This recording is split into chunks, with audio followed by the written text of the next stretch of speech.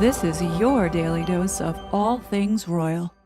Welcome back, my gorgeous, good-looking friends. Today is little Betty's 4th birthday, and Meghan is flooding the media with nonstop photos as well as posting a video of her pregnant. But before I get into that, I need to ask this question. Why is it Meghan now all of a sudden feels like she has to share with the world every second that she is a mom and that these kids are hers?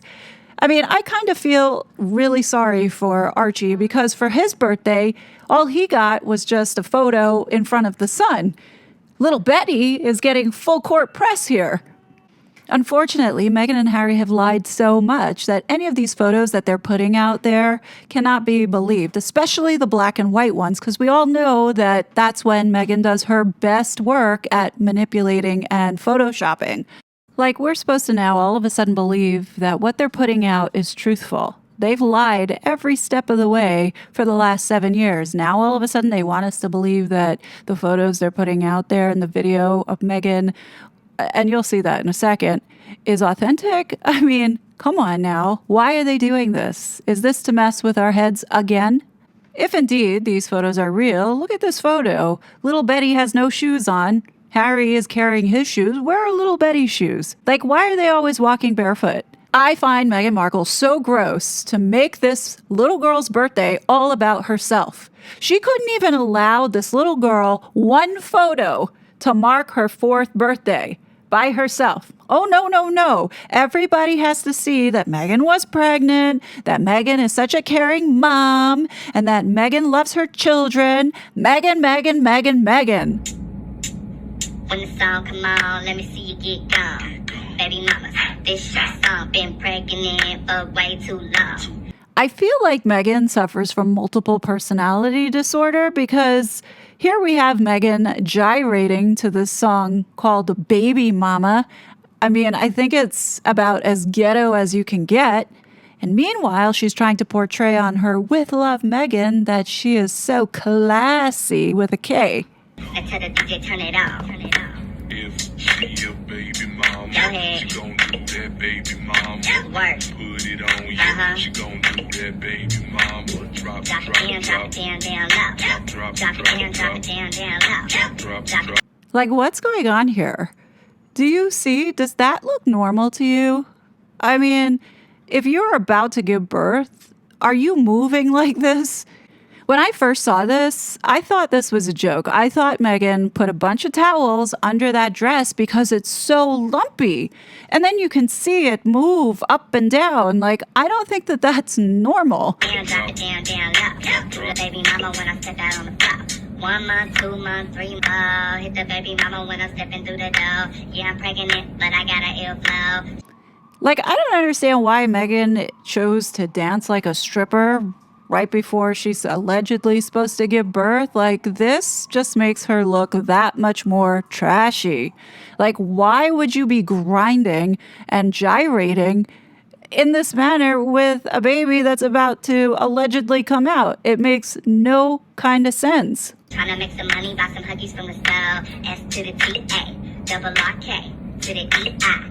Is the reason why Meghan's doing all this is because those children are in jeopardy of being removed from the line of succession? Somehow I feel like that has something to do with all this publicness of showing off about how she is a mom and pregnant. I mean, we're at the point of overkill. Everything that this woman does always is tying back to remind everybody that she's a mom and that she was pregnant. I mean, literally everything that this woman has done this year is forcing down our throats because so many people have been questioning the birth of these children. So now Meghan's coming out, showing everybody how pregnant she was. Nah, I'm not buying it. Now let's talk about Harry for a second. Does anybody believe that he is sober in this video? I bet he is high as a kite. Because why else would you look like a fool and then allow your wife to drop this, to put this up on Instagram? Like, why didn't they include this in the Netflix mockumentary? Down low. Drop it down, drop it down, down low. Drop it down, drop it down, down low. Do the baby mama. Obviously, Meghan dropped this video because she has no shame. Here she is gyrating at what we're supposed to believe 9 months before she's supposed to give birth. and thinking that it's cute? No, she doesn't think it's cute. She knows that it's going to get a reaction. It's going to get people talking about how classless she looks. Does she care? No, because people are talking about her. But like, how disgusting is this woman to do this? And let's say if this child is really born on the 4th, she literally took the spotlight away from her because now everybody is talking about Meghan gyrating on camera and dropping this for the whole world to see. I mean, what is going through her mind and who advised them to do this? Like, this is the dumbest thing. Sure, if she wants to drop this on Instagram, but it just makes you look cheap. It makes you look trashy. And here you are gyrating. And, you know, if there is a small percentage that this woman was ever pregnant doing this, and your child's going to grow up 18 years later to see this, it's embarrassing. Yeah, I think the biggest question that I have here is why now? Why is Meghan choosing to drop this video on Lily's birthday of her being massively pregnant? Like, what are we not supposed to be looking at? That they're desperately trying to make us look the other way. Because that's all this is that I see. Obviously, it's a distraction of some sort. The question is, for what? Like 2 months ago, I'm not sure if anybody realized that the Senate had a hearing on the censorship industrial complex. I was not aware until a couple days ago that this hearing happened 2 months ago. And what was going on at that time when this hearing was going on? It's been nonstop Meghan and Harry bullshit.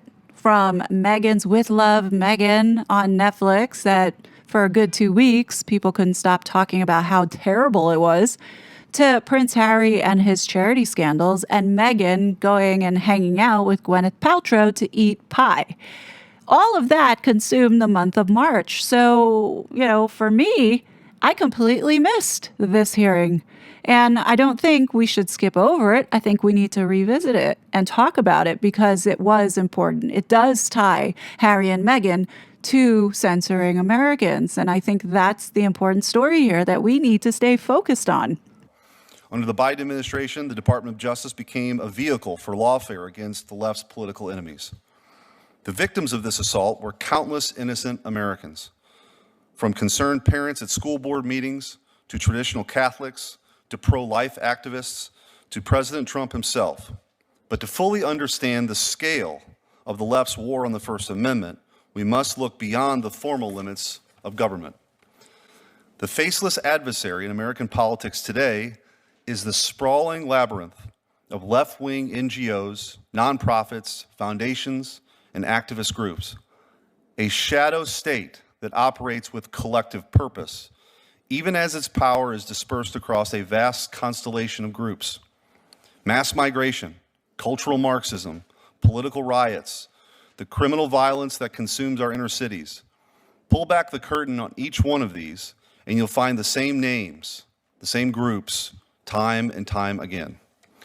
These groups are home to a permanent left-wing activist class that believes itself to be beyond the reach of our constitutional checks and balances. It's the same class that dominates almost every major power center in our country today. The NGOs and major foundations, mass media, the education system, the arts and culture industry, big tech, and the administrative state itself. Fundamentally, they see our constitutional order as an obstacle to their political ambitions, so they can operate in the shadows outside of its line of sight. Journalists have taken their talking points on disinformation from censorship industry experts. And those experts protect the legacy media's power by discrediting and blacklisting their competitors. Activist groups, along with their friends in the press, enforce this system by launching pressure campaigns against anyone who steps out of line. The revolving door never stops turning. The Biden administration was chock full of alumni of these groups. Some had previously worked in the Obama administration. It's all in the open now, and you can see how it works. So it should come as no surprise that Jen Psaki boasted about flagging disinformation for Facebook, or that the Biden White House was revealed to have been back channeling with YouTube about suppressing disfavored speech. Nor should it surprise us that the Biden administration coordinated directly with NGOs and nonprofits to wage a whole-of-society censorship campaign. The administrative state and the NGOs are partners in crime with the big tech companies themselves. Big tech elites may be seeking to rewrite history now, especially that our side, the Republicans, are in power. But for the past decade, they have been eager participants in advancing the left's agenda. Facebook was transformed, and it works side by side with NGOs to censor conservatives.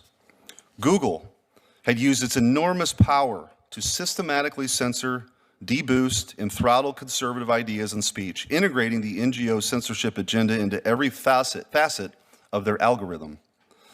I know this because I've been fighting these people and these organizations my entire career.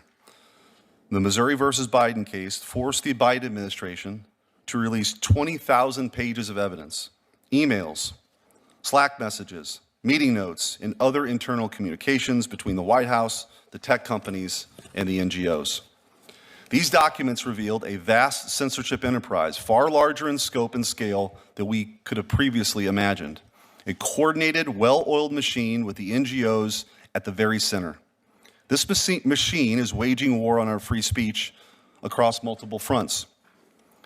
The first is blacklists. Groups like NewsGuard and Global Disinformation Index, both of which refused our invitation to testify here today. We did ask. Feed blacklists of disfavored media outlets to major advertising firms, depriving these outlets of access to critical ad dollars. What this does, in effect, is to box out conservative or dissident outlets from access to the public square. The top 10 outlets on GDI's blacklist were all on the political right. Another front involves the manipulation of the public narrative. The nonprofits work with the press to justify mass censorship, manufacture hysteria about right-wing disinformation, and smear and defame their critics. Groups like the Atlantic Council actively train journalists in their talking points about disinformation, which, surprise, surprise, almost always means conservative speech. This provides the public pretext for those same groups to push for more censorship. We've seen that in practice in a series of aggressive pressure campaigns waged against platforms that are too friendly to free speech. In 2020, the, quote, Stop Hate for Profit campaign, led by a coalition of powerful censorship groups allied with journalists and advertisers to push for far more aggressive censorship on Facebook, and Facebook swiftly complied. So in order to help make this click for everyone, so you can see that Harry and Meghan were a part of this from the very beginning, we have to go back to the op-ed that Prince Harry wrote for Fast Company, dated on August 6, 2020. I think it's important we revisit some of this because what Senator Schmidt is talking about is exactly what Harry and Meghan were doing with these various groups.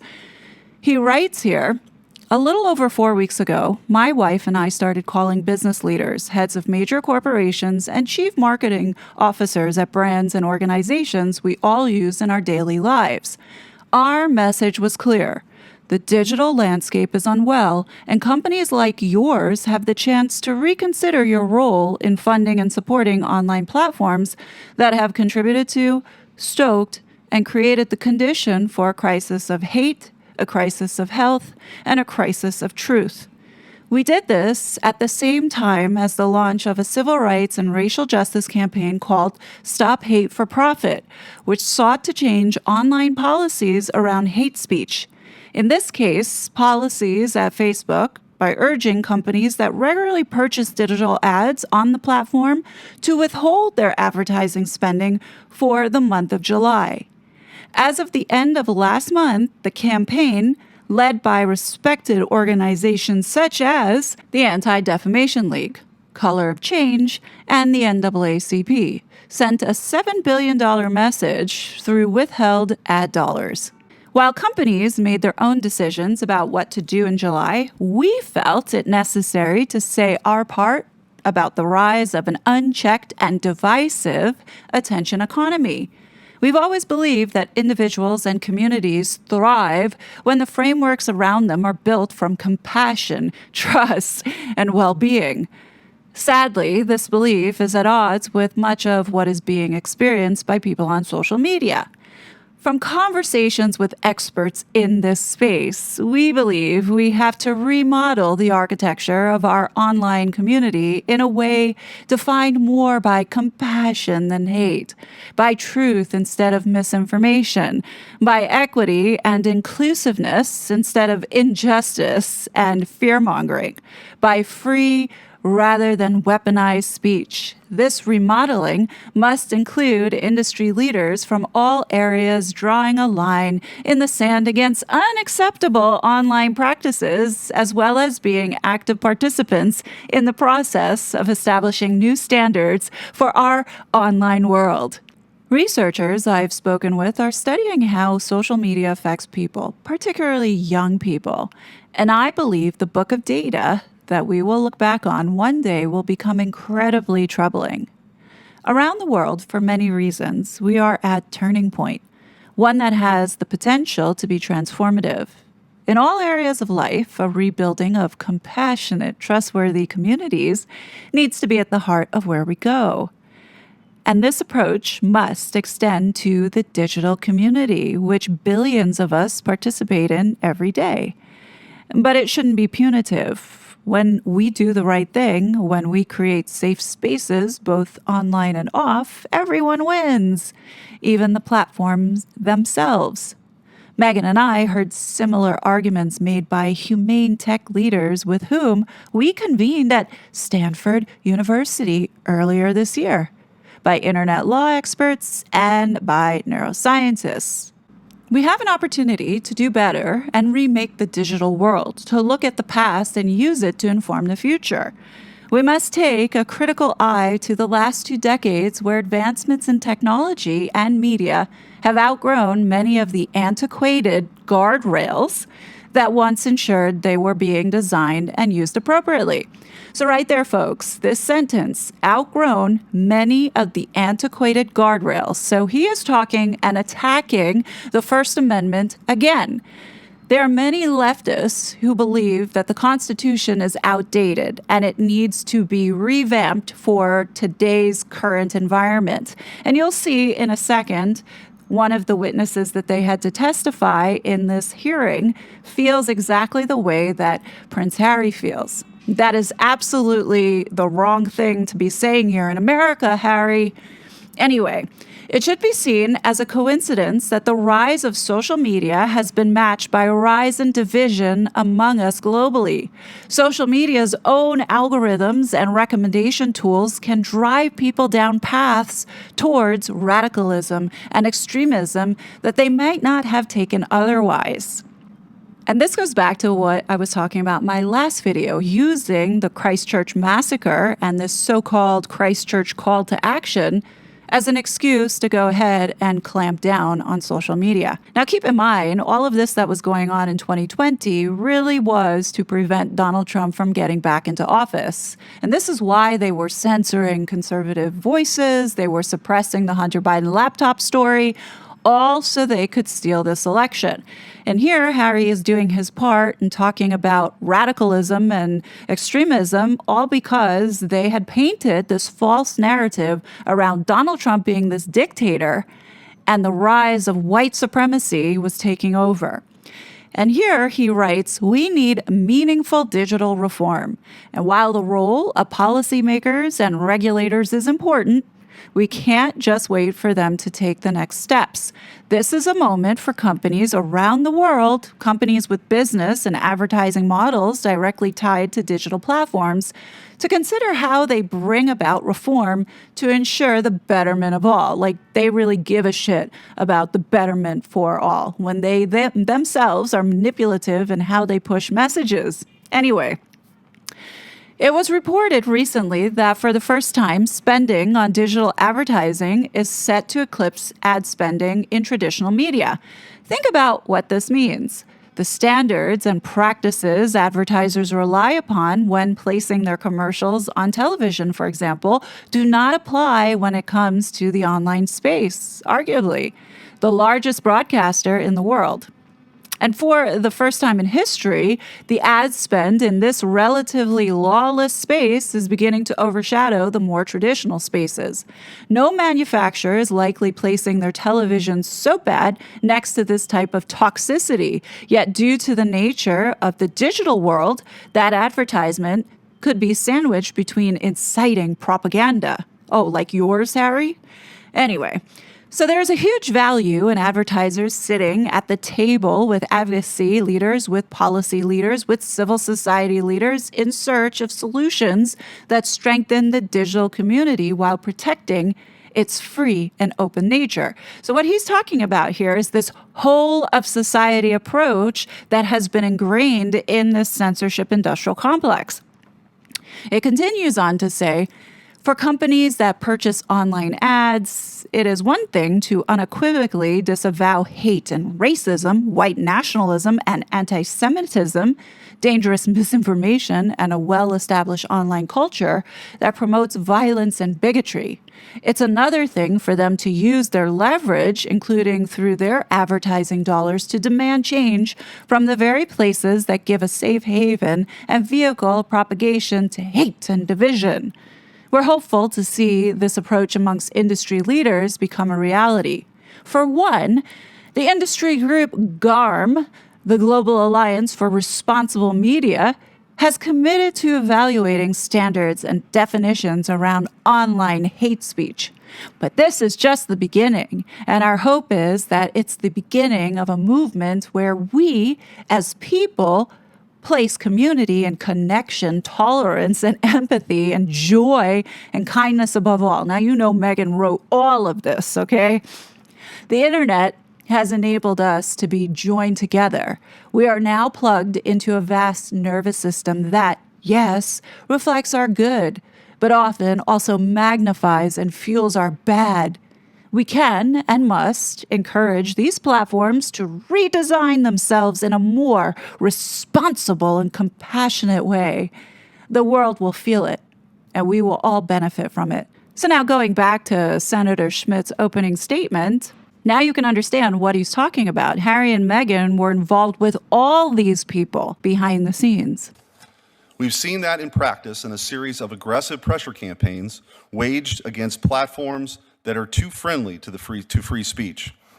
In 2020, the, quote, Stop Hate for Profit campaign, led by a coalition of powerful censorship groups allied with journalists and advertisers to push for far more aggressive censorship on Facebook, and Facebook swiftly complied.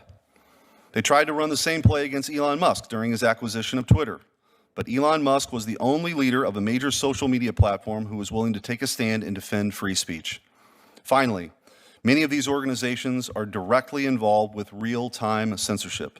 Groups like the Stanford Internet Observatory and the University of Washington's Center for an Informed Public monitor social media platforms and flag disfavored narratives for the tech platforms themselves. These platforms proceed to use that information to throttle, censor, or ban disfavored ideas. This is not just an attack on free speech, but an attack on the principle of self-government itself. All of it, is funded in no small part by taxpayer dollars. So you see that visual that the senator has behind him indicating the censorship industrial complex? That is a really high-level view of what this whole of society approaches, from academia to the president and government office to the NGOs, advertisers, and the social media companies, all approaching this in a collective way to censor and regulate speech.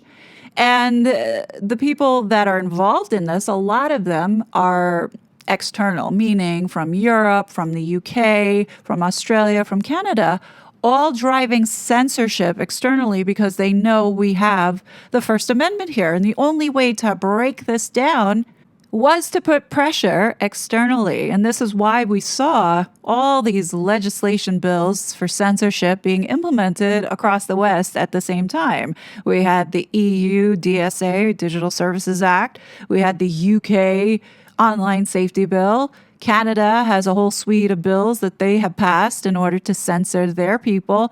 And then the same thing with Australia, all to put pressure onto the United States in falling in line and doing the same thing to Americans, thus violating our fundamental right. And Harry was here on U.S. soil doing this and attacking Americans at the same time. When you look at this chart behind the senator, and I'm going to go ahead and enlarge it to show you the alignment Prince Harry and Meghan had with the various entities. As you can see there, starting with the academia, we know that Prince Harry and Meghan were working with Stanford. Clearly, you see Renee DiResta partnering with Harry on several interviews. You also had the Aspen Institute on Commission on Disorder. Now, that's a group that should be investigated because if you really want to get down to who is part of this whole complex, it's all the members that are sitting within that elitist parasitic group. You could see University of Washington, you had Kate Starbird on this commission with Prince Harry. Then we had the situation with the advertisers. You heard it yourself just now in the op-ed that Prince Harry wrote about the advertisements and calling upon companies to reconsider where they're spending their dollars and championing and supporting GARM. Then you have Harry's relationship with both the Bidens as well as the Obamas. And then remember, the mental health summit and Meghan's relationship with Vivek Murthy, you know, who was called upon in that lawsuit of Biden versus Missouri, and then it became Missouri versus Murthy. Well, that's the lawsuit that Senator Schmidt was backing and going after the government for. So here we have Meghan Markle involved with Vivek Murthy, the general surgeon of the United States. Then we have DHS. We can't forget DHS, the one that's holding Prince Harry's visa and not wanting to release it for whatever reason, which I believe had everything to do with this. And then the relationship with Chris Krebs and CETIL and Prince Harry carrying out these disinformation campaigns onto us. Let's not forget James Holt's relationship with Facebook's Nick Clegg. Facebook's Nick Clegg was censoring people left and right. And then from Google's side, Harry's relationship with Travelers, and then also Clement Wolf, who was the global head of policy and moderation. He was also advising the Aspen Commission on Information Disorder, so no doubt there was a relationship there. And then how could we forget X or Twitter, where Yoel Roth also was a part of the Aspen Commission on Information Disorder, and Harry all of a sudden knew about January 6th and was going back and forth with Jack Dorsey and let him know that a coup was happening the day before, and then it happened, and according to Harry, he didn't hear from him since, okay? Nobody bothered to question Harry about that.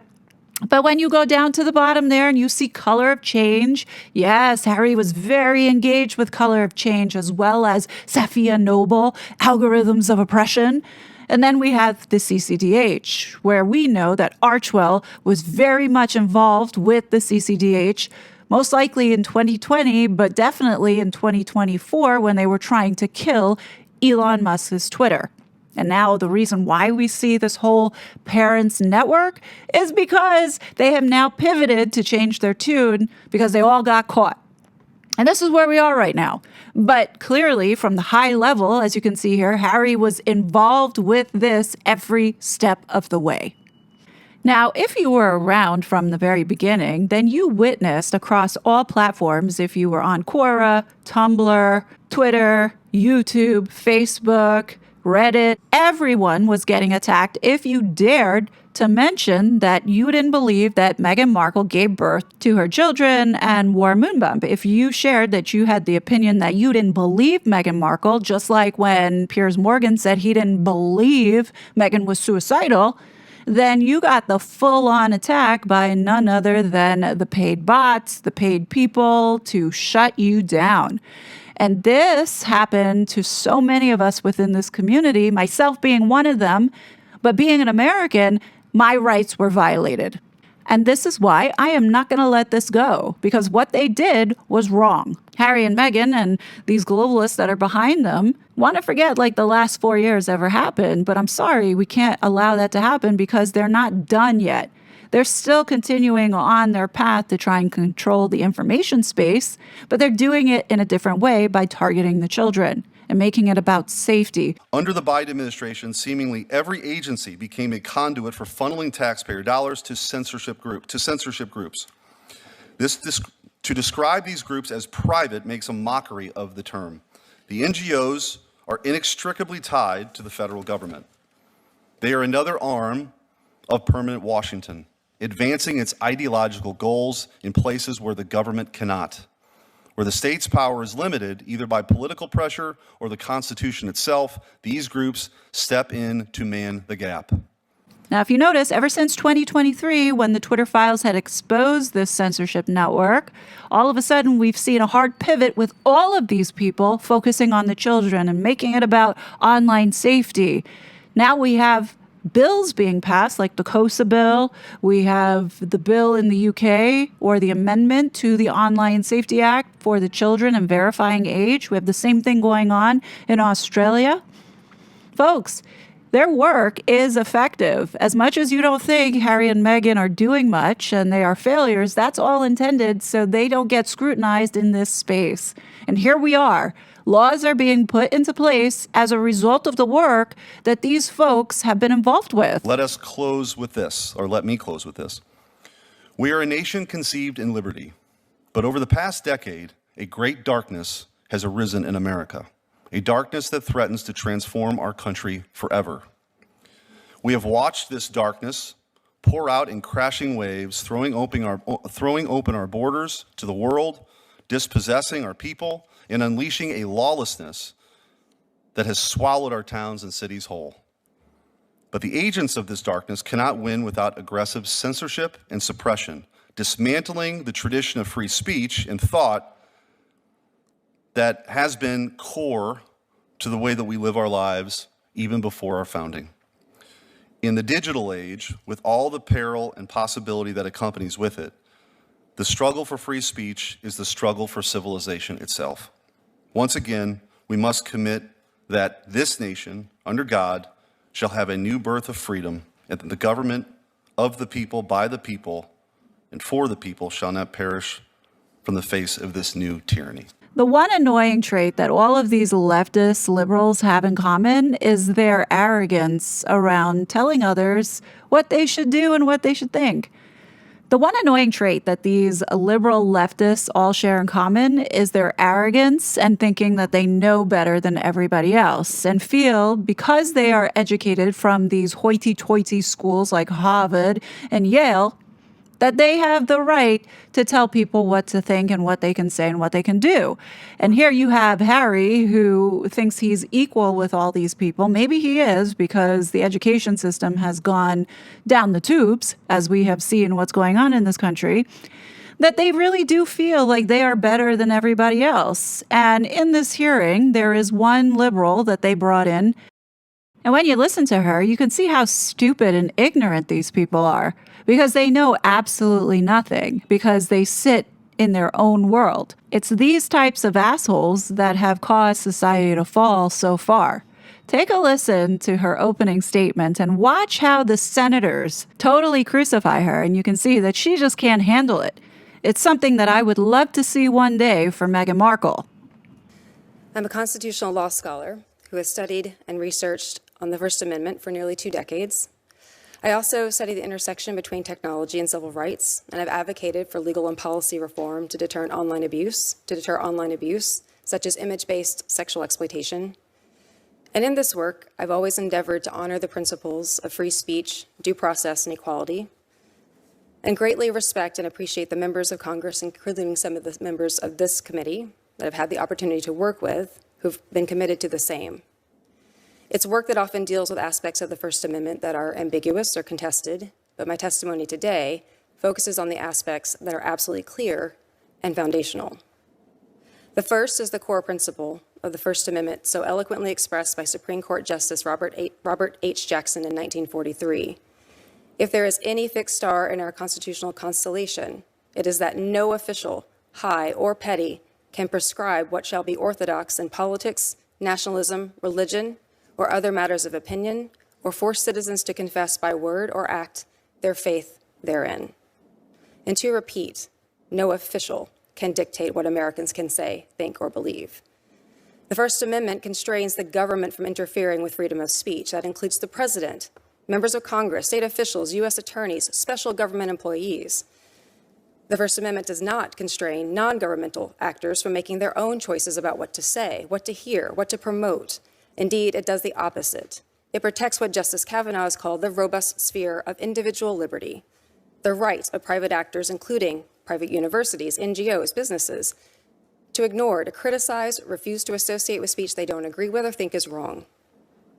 The government also has its own rights of free speech, including the right to prefer certain viewpoints. It's allowed to communicate those preferences through persuasion, encouragement, and even funding. The government can encourage military enlistment without promoting criticism of the military. It can fund organizations that promote childbirth without also funding organizations that promote abortion. What the government cannot do is compel private actors to think or to speak a certain way using coercion or threats. When government actors speak on their own behalf, that is not censorship. When government actors promote their own viewpoints, including through persuasion and funding, this is not censorship. When non-government actors ignore, remove, criticize speech, or encourage others to do the same, not censorship. But when the government purges books, words, concepts that it doesn't like, that is censorship. When the government threatens people with the loss of employment, lawsuits, violence, jail, or deportation for their speech, that is censorship.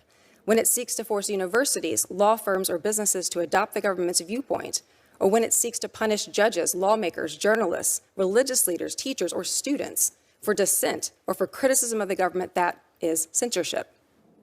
The myth of the censorship industrial complex, a conspiracy that is so ludicrous that even the current conservative-dominated Supreme Court has dismissed it out of hand last year, has been used to vilify and harass experts, students, researchers, and nonprofits working on online misinformation with the express goal of discrediting, defunding, and dismantling that work. And the disabling of safeguards against foreign and domestic misinformation and media manipulation is a threat to free speech and to national security. And while there's no evidence to support collusion between the Biden administration and big tech, the relationship between the Trump administration and big tech is alarmingly intimate. Trump himself owns an influential social media platform and has literally surrounded himself with big tech oligarchs, the owners of Meta, Google, and of course X, owned by Elon Musk, who spent $250 million to elect Trump, turned X into a pro-Trump propaganda channel, and was rewarded by being named Trump's special government employee, where he now enjoys seemingly unlimited powers over the federal government and over the American people. This administration has, within the span of a few weeks, unleashed the greatest assault on the First Amendment since the Red Scare, while insisting that they are restoring freedom of speech. The censorship industrial complex is a thought-terminating, gaslighting cliche that attempts to portray the most powerful people in the United States as oppressed and silenced. The current president of the United States is ordering lawful residents to be surveilled, kidnapped, and expelled from the country because of their speech. He is attempting to dictate what words people are allowed to use, what educational institutions are allowed to teach, what values businesses are allowed to promote. He is calling for critics and dissenters to be imprisoned and assaulted. He is threatening journalists, students, judges, lawyers, religious leaders, governors, anyone he deems insufficiently loyal and insufficiently obedient. Trump's message could not be clearer. You either say what he wants you to say or you will be punished. This is an attitude of a king and not a president, a man who has declared himself above the law, including the First Amendment. Senators take an oath to support and defend the Constitution of the United States against all enemies, foreign and domestic, to defend the Constitution even if, and especially if, the threat to them is coming from inside the White House. And for the sake of the American people and of democracy, I hope, Senators, that you will have the courage to uphold your oath. Thank you. Dr. Franks, I did want to ask, you yourself in your writings, I want to ask you about it to respond, don't seem to be a very big fan of the First Amendment. You've written, and I quote, "The conception of free speech enshrined in the First Amendment reflects white, wealthy men's experiences and interests. You've described free speech advocacy as a, quote, neo-Confederate agenda. And in 2021, you published an op-ed calling for completely writing the First Amendment." Are those your comments? Those are not entirely accurate, no. The Boston Globe piece was a thought experiment that I was invited to contribute to, and so I was asked if we were rethinking the Constitution, what are some of the ways we could rethink it? So that is the context of that op-ed. Okay, I think it's interesting that of all the people that could have been selected to come testify, about the dangers of limiting free speech and censorship. My colleagues on the other side chose someone who believes that the First Amendment is essentially a white male fetish. Thankfully, that is not in the mainstream, and that we believe that the ability to speak your mind, to express yourself, is protected by the First Amendment, is a God-given right. The government doesn't confer that upon anyone. It's our job to protect it. And I think the dangers that we've seen from the government outsourcing what it can't do itself have been laid out bare. And it's a very dangerous road to go down. And the reason why we're having this hearing is that you have every right to express a point of view that I find abhorrent. I would hope that you would defend my right to do it, to have an opinion that you disagree with. But in the previous administration, if you dared to say that masks were somehow ineffective, or that you couldn't, the COVID vaccine didn't actually prevent transmission, all those things were true. Or you believe that Meghan Markle wore a moon bump. But you were deplatformed. You were told you cannot speak.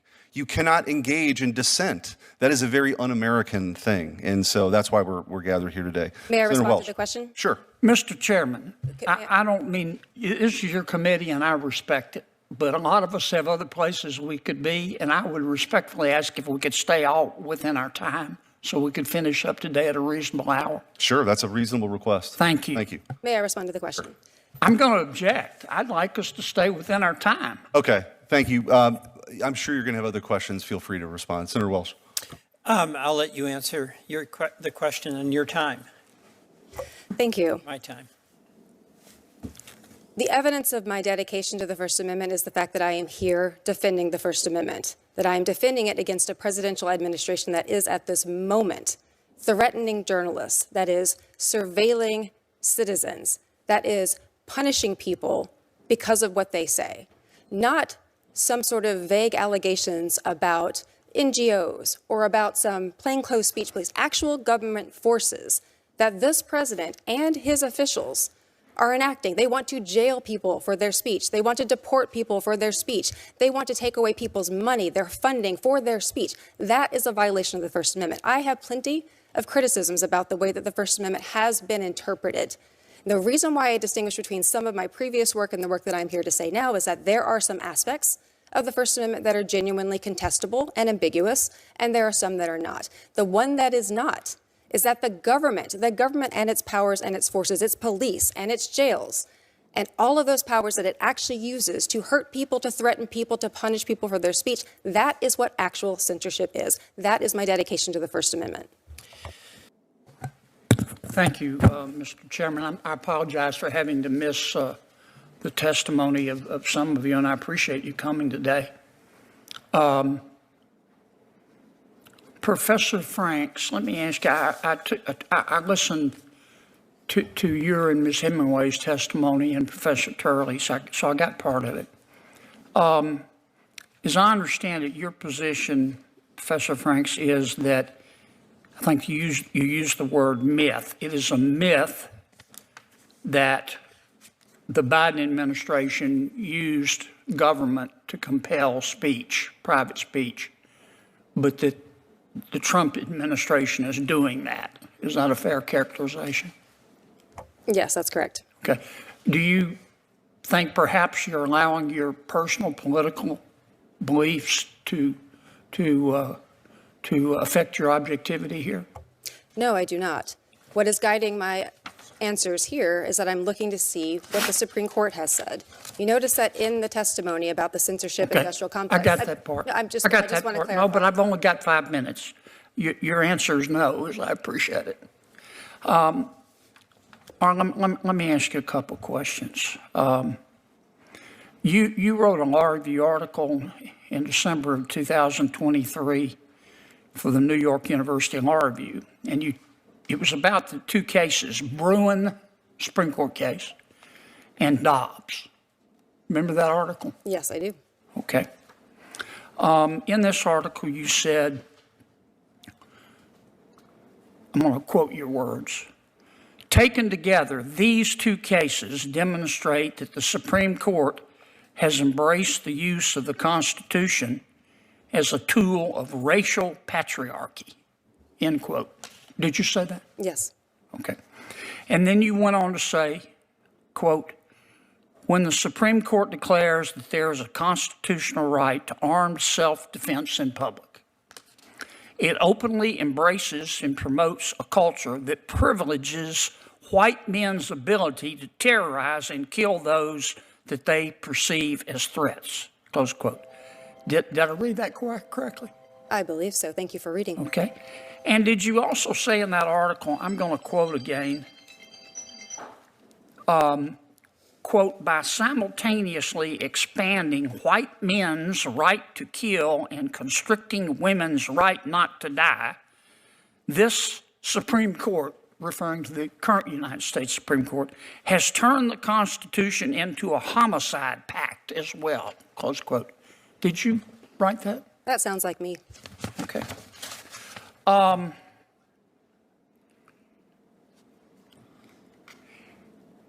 In November of 2024, you tweet, don't you? I'm not sure what the current terminology is for it, but yes, I am sometimes on the social platform that was formerly known as Twitter. Yeah, you're on a lot, aren't you? I'm not sure what the relevance of that is. You try to be provocative on there, don't you?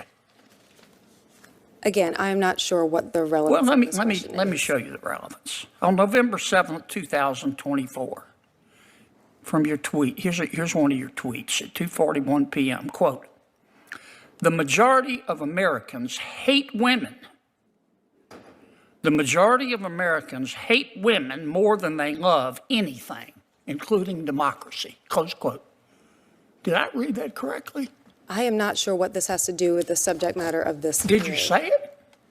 I do not have those words in front of me. I probably said something along those lines, but Yeah, what is you the said it. relevance Here of that it to is, this big as hearing? Dallas, right there. Yes. But your political beliefs don't impact your feelings about President Biden or President Trump. I don't have feelings about either of them. What I have Sounds is to me doctrine. like you have your favorite feeling is anger. Let me ask you this. You issued another tweet. This was in May of 2022.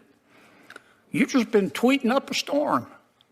You said, quote, there's a reason why the conservative-dominated Supreme Court thinks the Constitution does not contain a right to an abortion, but is convinced that it contains an individual right to possess firearms. And that reason is white male supremacy, close quote.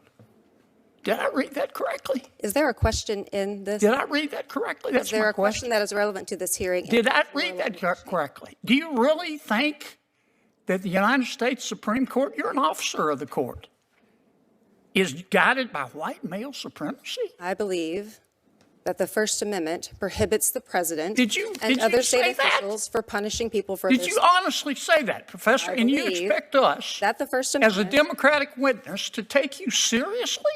Are you kidding me? I believe that you should take You the First heard of Amendment curb your seriously, sir. enthusiasm? Here's my saying, curb my nausea. I Thank you. believe that you The should take time the First has expired. Amendment Thank seriously. you. Senator Durbin. Thank you, Mr. Chairman, and thank you to each of you for taking your time to be here today. Dr. Franks, we're here to talk about free speech, correct? Yes. And we're here to talk about that being a fundamental right guaranteed by the Constitution, correct? Yes. Okay. And the Supreme Court plays an essential role in guaranteeing those constitutional rights, correct? Yes. Okay.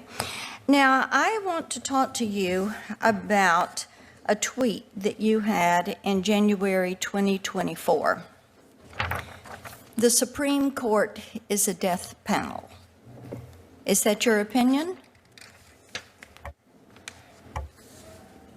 In the context of this hearing, I think it is important to emphasize why I am here, which is to talk about my views on the First Amendment. and my understanding of the That's not doctrine. what I ask you.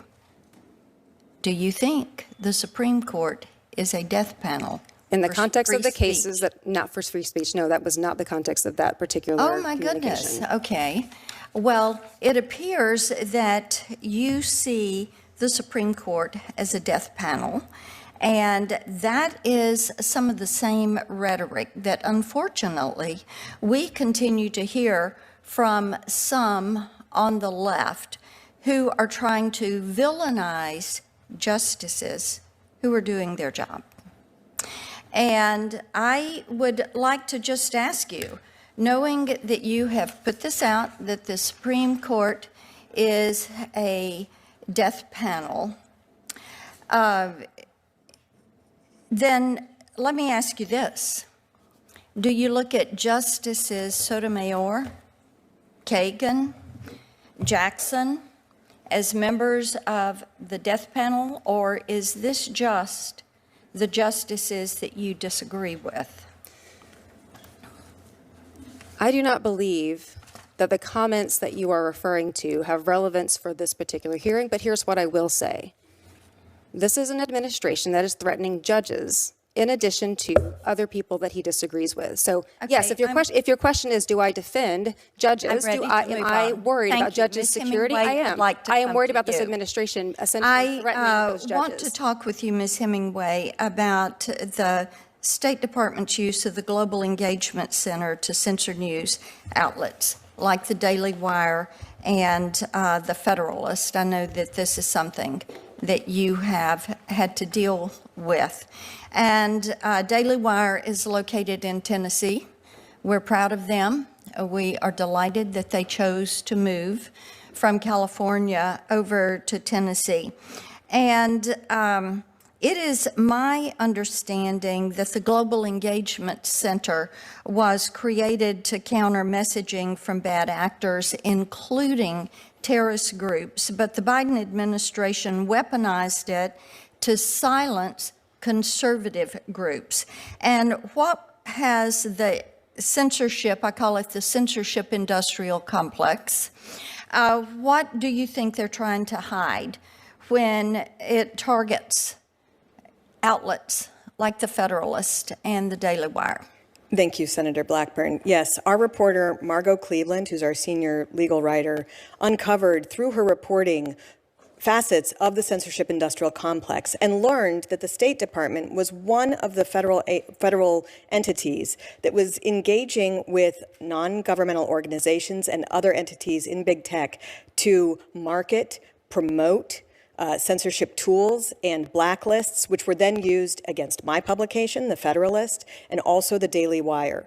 Publications that are a threat to the reigning orthodoxies are targeted by the censorship industrial complex. They want to exist without people pointing out their lies or the fact that there are really important debates. And so we are suing the State Department for that, and it is ongoing, this support of the censorship industrial complex. It is the bureaucracy, really, which perpetuates this even more than a particular administration. Yes, and I think it's so important to note that robust, respectful, bipartisan debate adds to our freedom, helps to keep us free, and allows that debate in the public square. And when you have an entity that becomes weaponized and shuts down one side of that speech and only allows speech with which it completely agrees, that is when you have that censorship.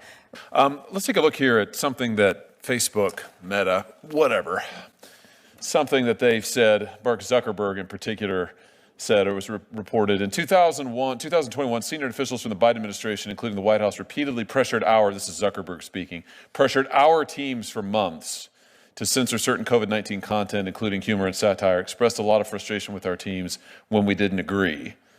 Ultimately, it was our decision whether or not to take the content down.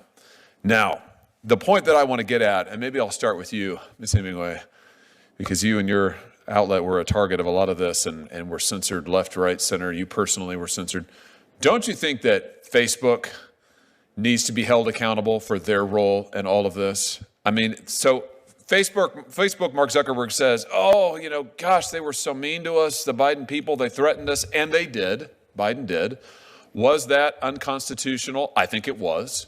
This is why that Supreme Court case that we've been talking about today, the Missouri case, is so significant.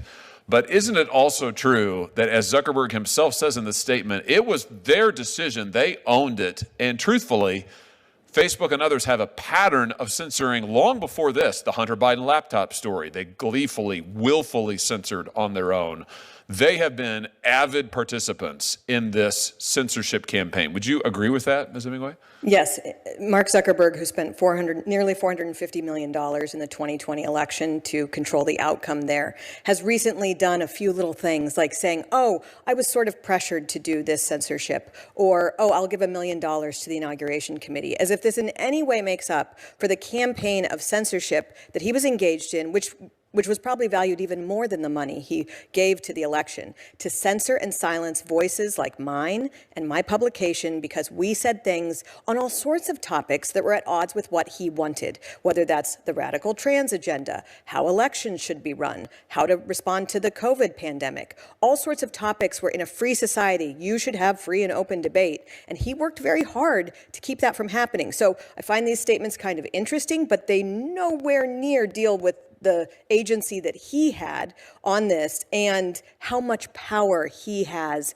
as the head of Facebook. Yeah, I'm glad you just used the word power because that's a big part of this story, isn't it? Companies like Facebook, Meta have enormous structural power that Mark Zuckerberg has spent, to your point, he has spent billions of dollars amassing.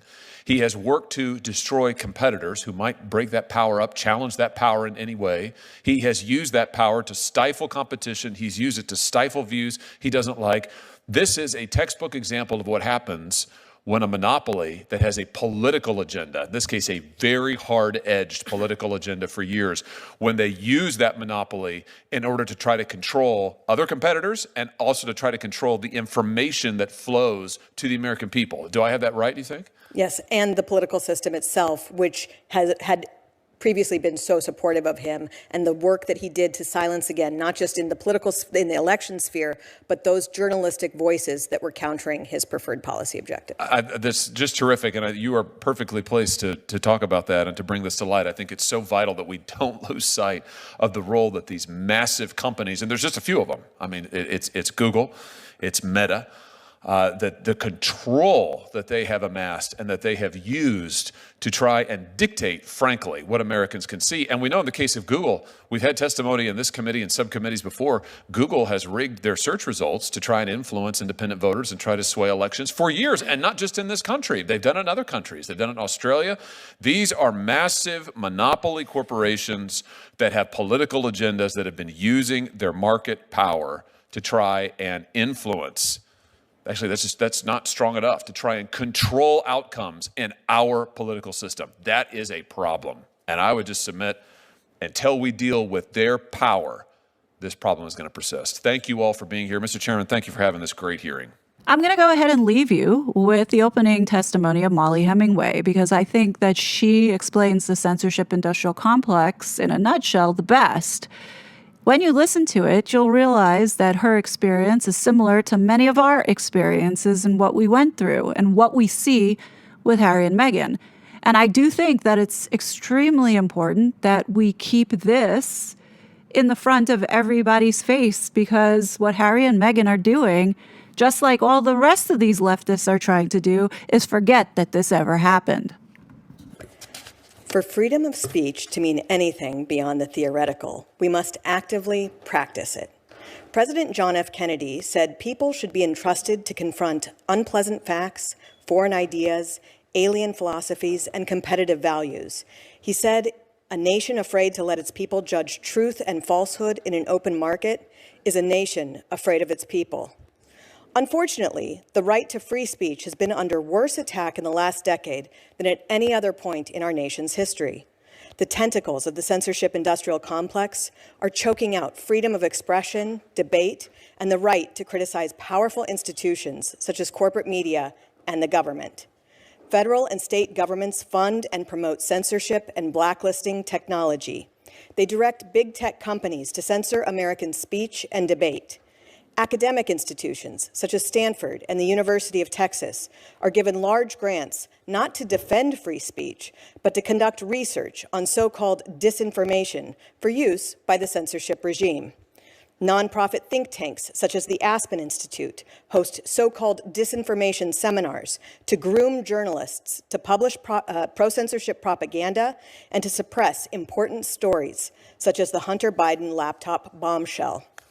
Nonprofit censorship groups, such as the Global Disinformation Index, and for-profit censorship businesses, such as NewsGuard, produce widely used censorship tools and blacklists to favor left-wing media while working to silence media that fight false narratives. Attacking free speech and debate has become a massive industry, much of it government-funded, and all of it threatening a free society. My publication, The Federalist, and I have been targets of the censorship industrial complex. In June of 2020, a foreign group with the Orwellian name, the Center for Countering Digital Hate, engineered an operation to demonetize us because we published a critique of corporate media coverage of Black Lives Matter riots. The massive BLM protests were the most expensive of any civil disorder in U.S. history, at $2 billion or more in insurance claims. Many in the media falsely described the arson, looting, and killings as peaceful, or, who can forget, mostly peaceful. In April 2023, a House subcommittee released a report documenting how Stanford colluded with two governmental entities to pressure social media companies into censoring true information, jokes, satire, political reporting, and analysis, all of which they claimed was disinformation. One post flagged for deletion was Senator Tom Tillis thanking his supporters for propelling him to victory, which they said was inappropriately premature. My colleague Sean Davis and I were victims of this censorship scheme, as was The Federalist. One of the censored items was a story about a TV appearance in which I said of the media, they lie, they lie, they lie, and then they lie. Gallup reported in February that my view is held by 70% of Americans who say they don't trust corporate media to report news accurately, fairly, or fully. Blacklists and censorship tools, such as those provided by NewsGuard and the Global Disinformation Index, routinely rate left-wing news outlets that are no threat to the permanent bureaucracy higher than those that challenge prevailing orthodoxies. Companies use their lists to boycott some publications and reward others with advertising. The Washington Post and New York Times routinely receive the highest marks. Those publications won Pulitzers for their role in the Russia collusion hoax, and we have some participants in that hoax here on this subcommittee. My publication, The Federalist, exposed that hoax through dogged reporting and investigation, as we did with the media's vicious lies against Justice Brett Kavanaugh. We exposed much of the censorship industrial complex, too, even suing the State Department after discovering its role in promoting and marketing censorship tools that are being used against us even as we sit here today. Facing this censorship has been difficult. It would have been easy to fold, but that's exactly what censors want, to make it impossible to report the truth about their lies. They know our voice is so powerful and influential that they can't accomplish their goals unless they shut us down. They will not succeed. We will never stop. The more they try to shut us down, the harder we're going to work to stay open, because it's not about us. It's about whether we will have a civilization where people are allowed to say and think things tyrants don't want us to. Thank you. Such a fraud.